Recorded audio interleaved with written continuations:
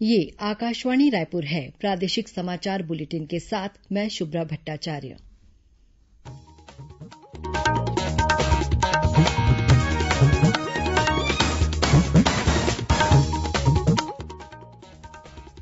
और अब पेश है आज के मुख्य समाचार।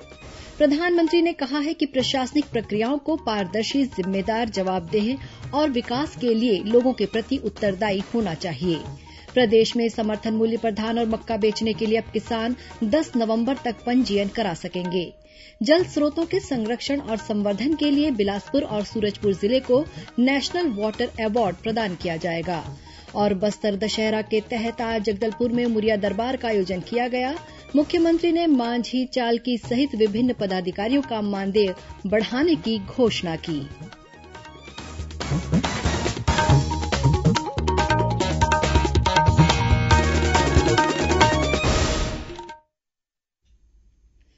कोरोना महामारी के खिलाफ देश एकजुट होकर लड़ रहा है। आप भी हमारे साथ सुरक्षा और बचाव के 3 आसान एहतियाती उपायों का संकल्प लें।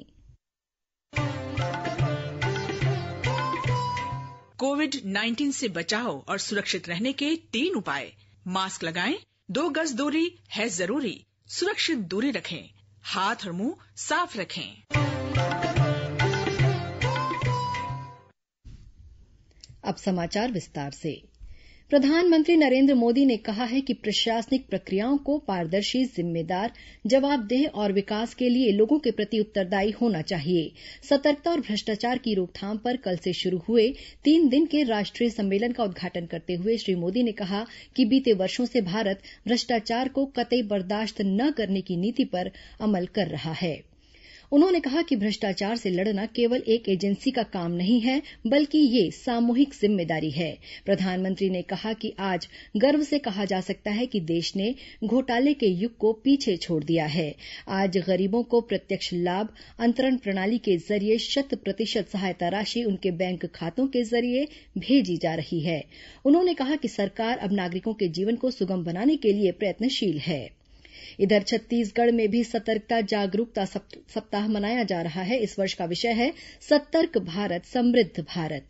इसी कड़ी में दुर्ग जिले के भिलाई रिसाली स्थित सीमा सुरक्षा बल बीएसएफ के मुख्यालय में भी सतर्कता जागरूकता सप्ताह का आयोजन किया गया। इस अवसर पर बीएसएफ के अधिकारियों, कर्मचारियों और जवानों ने भ्रष्टाचार उन्मूलन के लिए कार्य करने की शपथ ली। छत्तीसगढ़ विधानसभा के विशेष सत्र में कल छत्तीसगढ़ कृषि उपज मंडी संशोधन विधेयक 2020 को चर्चा के बाद ध्वनिमत से पारित कर दिया गया। कृषि मंत्री रविन्द्र चौबे ने इस विधेयक पर सदन में हुई चर्चा का जवाब देते हुए कहा कि इस संशोधन विधेयक का कोई भी प्रावधान केंद्र सरकार के कानून का उल्लंघन नहीं करता है। राज्य सरकार केंद्रीय कानूनों का अतिक्रमण नहीं कर रही है। इस संशोधन विधेयक के माध्यम से छत्तीसगढ़ के किसानों, गरीबों, मजदूरों और उपभोक्ताओं के हितों तथा अधिकारों की रक्षा हो सकेगी। कृषि मंत्री ने कहा कि छत्तीसगढ़ की आर्थिक और सामाजिक व्यवस्था कृषि पर आधारित है। कृषि मंत्री ने यह भी कहा कि किसानों की उपज की गुणवत्ता के आधार पर सही कीमत, सही तौल और समय पर भुगतान सुनिश्चित कराने के लिए डीम्ड मंडी तथा इलेक्ट्रॉनिक ट्रेडिंग प्लेटफॉर्म की स्थापना किया जाना किसानों के हित में आवश्यक है। मुख्यमंत्री भूपेश बघेल ने भी कहा कि ये विधेयक प्रदेश के किसानों को किसी भी तरह के नुकसान से बचाने के लिए लाया गया है। ये संघीय व्यवस्था है और जो लोकसभा में या संसद में जो कानून पारित होता है, यदि समवर्ती लिस्ट में है तो ऐसे विषयों पे यदि केंद्र भी कानून बनाती है और राज्य भी कानून बनाती है और एक दूसरे की ओवरलैप करे तो समय तो केंद्र के जो नियम है वो माना जाता है। इस बात को हम लोग भली भांति जानते हैं और इसलिए हमने जो विधेयक लाया, जो मंडी एक्ट में संशोधन किया है, उसमें हम भारत सरकार के बनाए कानून को हम लोग टच नहीं कर रहे हैं, लेकिन हमारे किसानों को कोई नुकसान न हो इसके सारे प्रावधान उसमें किए गए हैं। तो मुख्य बात यह है कि हमारे किसान को कोई घाटा न हो। प्रदेश में चालू खरीफ विपणन वर्ष में समर्थन मूल्य पर धान और मक्का खरीदी के लिए किसानों के पंजीयन तिथि को 10 नवंबर तक बढ़ा दिया गया है। पहले पंजीयन की तारीख 31 अक्टूबर तक निर्धारित की गई थी। खाद्य विभाग ने इस संबंध में सभी संभागीय आयुक्तों, जिला कलेक्टरों, पंजीयक सहकारी संस्थाएं और अपेक्स बैंक के प्रबंध संचालक को पत्र जारी कर आवश्यक कार्रवाई करने के निर्देश दिए हैं। भारतीय रेलवे द्वारा किसानों की मदद करने और देश भर में कृषि उत्पादों की तेज ढुलाई सुनिश्चित करने के उद्देश्य से किसान रेल चलाई जा रही है। इसी कड़ी में दक्षिण पूर्व मध्य रेलवे द्वारा आज नागपुर मंडल के छिंदवाड़ा से हावड़ा स्टेशन तक 18 कोच वाली किसान स्पेशल ट्रेन महाराष्ट्र, छत्तीसगढ़, बिहार और पश्चिम बंगाल राज्यों के बीच चलाई जा रही है। वापसी में ये ट्रेन कल 29 अक्टूबर को हावड़ा से छिंदवाड़ा स्टेशन के लिए रवाना होगी। इस किसान रेल में सब्जी और फल के परिवहन भाड़े में 50% की छूट दी जा रही है। इसके जरिए किसान अपने उत्पाद देश के एक कोने से दूसरे कोने तक आसानी से पहुंचा सकते हैं। मरवाही विधानसभा उपचुनाव के लिए प्रचार अभियान तेज हो गया है। भाजपा और कांग्रेस सहित विभिन्न दलों के नेता, उम्मीदवार और उनके समर्थक चुनाव प्रचार में जुटे हुए हैं। इस बीच भारतीय जनता पार्टी द्वारा आज मातृशक्ति सम्मेलन का आयोजन कर पार्टी प्रत्याशी डॉक्टर गंभीर सिंह के पक्ष में प्रचार किया गया। सम्मेलन को संबोधित करते हुए भाजपा के प्रदेश अध्यक्ष विष्णुदेव साय ने मरवाही में परिवर्तन लाने के लिए मातृशक्ति से समर्थन मांगा। वहीं राज्यसभा सांसद सरोज पांडेय और केंद्रीय राज्य मंत्री रेणुका सिंह ने भी सम्मेलन को संबोधित करते हुए आरोप लगाया कि प्रदेश की कांग्रेस सरकार अपने वादे पूरे करने में पूरी तरह असफल रही है।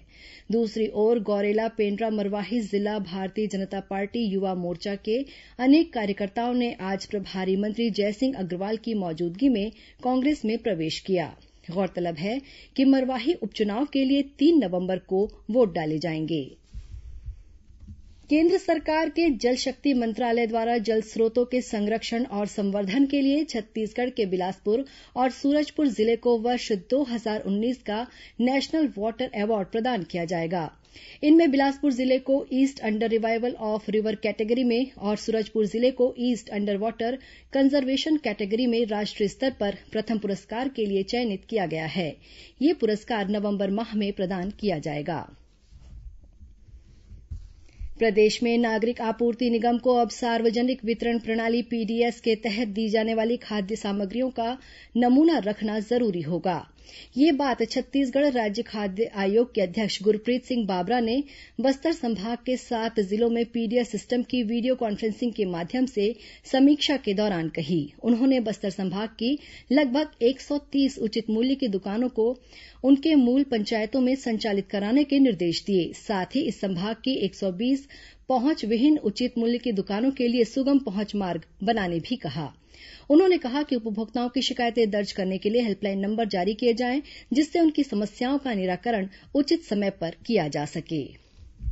प्रादेशिक समाचार आप आकाशवाणी रायपुर से सुन रहे हैं और अब आगे बढ़ते हैं बाकी के समाचारों की ओर। छत्तीसगढ़ राज्य विधिक सेवा प्राधिकरण बिलासपुर और जिला विधिक सेवा प्राधिकरण रायपुर द्वारा 31 अक्टूबर को जिला न्यायालय रायपुर परिसर में ई मेगा कैंप का आयोजन किया जाएगा।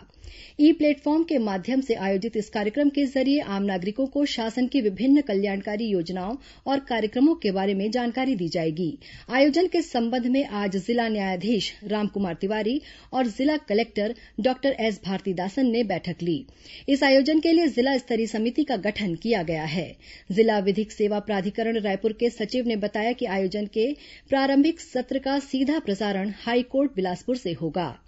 राज्य स्तरीय आयोजन का उद्घाटन राज्य विधिक सेवा प्राधिकरण के कार्यपालक अध्यक्ष न्यायमूर्ति प्रशांत कुमार मिश्रा करेंगे। इसके बाद जिला न्यायालय में होने वाले आयोजन का प्रसारण भी ई प्लेटफॉर्म के माध्यम से किया जाएगा।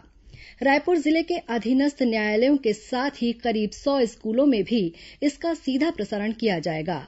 ये कार्यक्रम मुख्य रूप से गरीबी उन्मूलन योजनाओं पर केंद्रित होगा। वहीं जिला विधिक सेवा प्राधिकरण बलरामपुर रामानुजगंज द्वारा भी 31 अक्टूबर को बाजारपारा स्थित ऑडिटोरियम भवन में ई मेगा कैंप का आयोजन किया जाएगा। छत्तीसगढ़ राज्य स्थापना दिवस के अवसर पर 1 नवंबर को राजधानी रायपुर और सभी जिला मुख्यालयों में स्थित शासकीय भवनों में रोशनी की जाएगी। कोरोना संक्रमण के मद्देनजर इस वर्ष राज्य स्थापना दिवस राज्योत्सव पर बड़ा आयोजन नहीं होगा।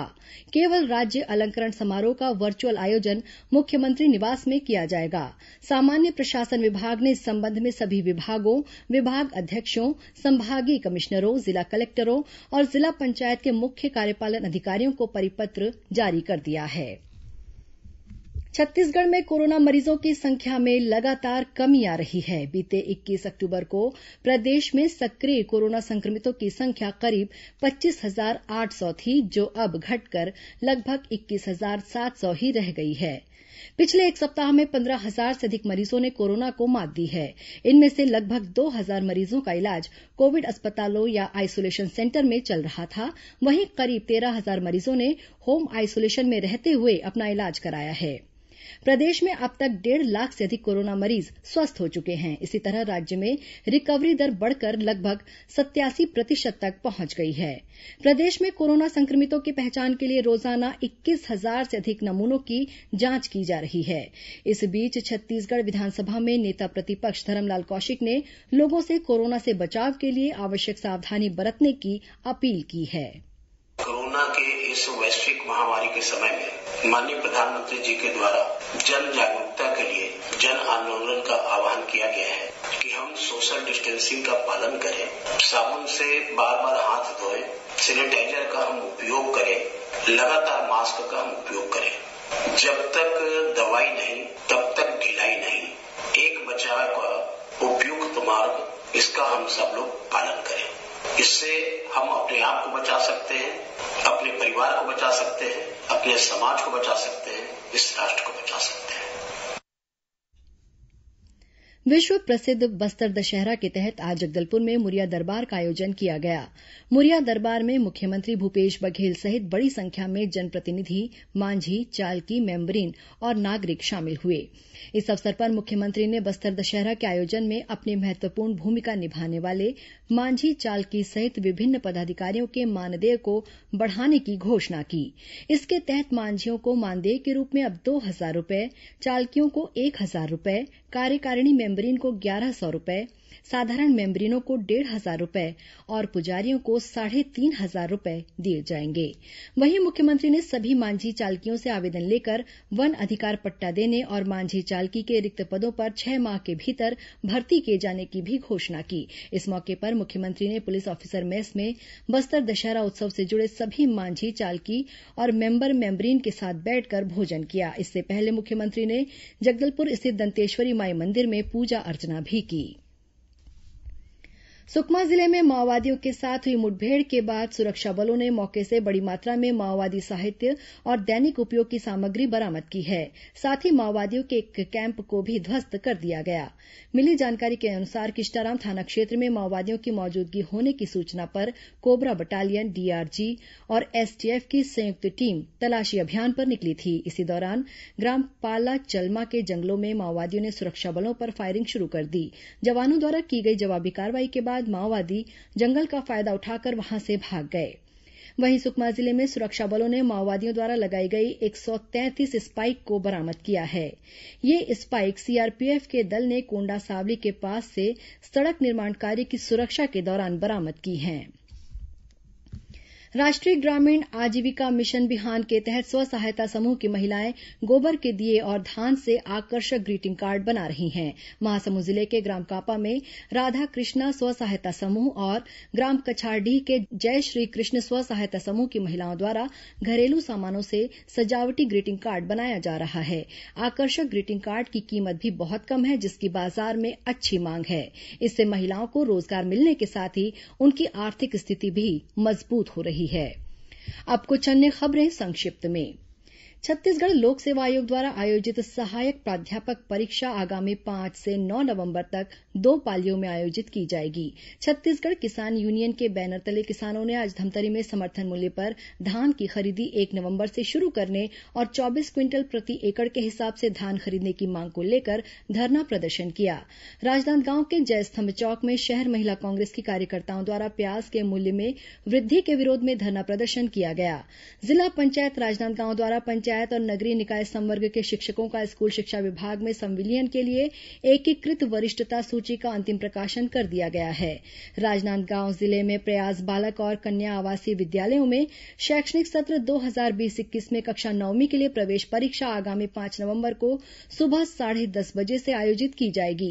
नगर पालिक निगम राजनांदगांव के कर्मचारियों ने सितंबर और अक्टूबर महीने का वेतन एक साथ देने की मांग की है। इस संबंध में भाजपा पार्षद दल ने नगर निगम आयुक्त को ज्ञापन सौंपा है। राजनांदगांव जिले में घुमका के गोपालपुर स्थित पेट्रोल पंप के सामने 2 मोटरसाइकिलों के बीच हुई भिड़ंत में एक व्यक्ति की मौत हो गई।